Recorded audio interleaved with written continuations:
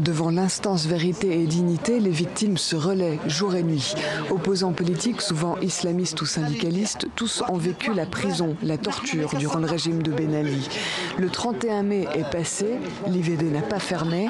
Soulagement, pas vraiment. On va rester ici jusqu'au 31 décembre. Il y a des gens qui ont des grands intérêts pour que l'IVD ne continue pas son travail. Il la bloque. Je suis très méfiant. On doit rester jour et nuit sur le terrain pour que l'État tunisien ou le gouvernement n'envoie pas des policiers fermer l'IVD avec force. Quelques étages plus haut, la présidente de l'instance, Chiem Ben Sedrine.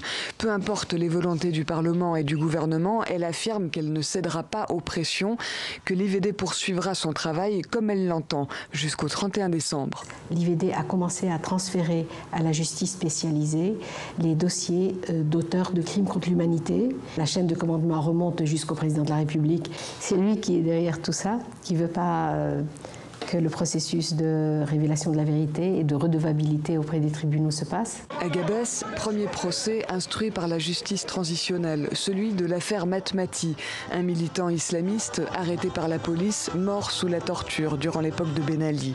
Des 13 accusés, aucun n'a daigné se présenter. La société civile est inquiète. Dès la seconde où on a commencé le processus de justice transitionnelle, il a été en péril.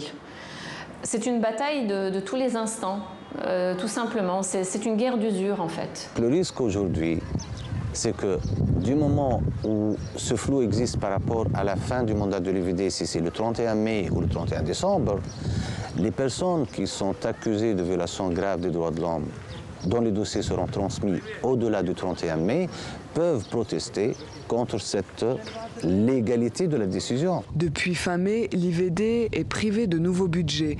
Une épée de Damoclès plane sur la justice transitionnelle tunisienne.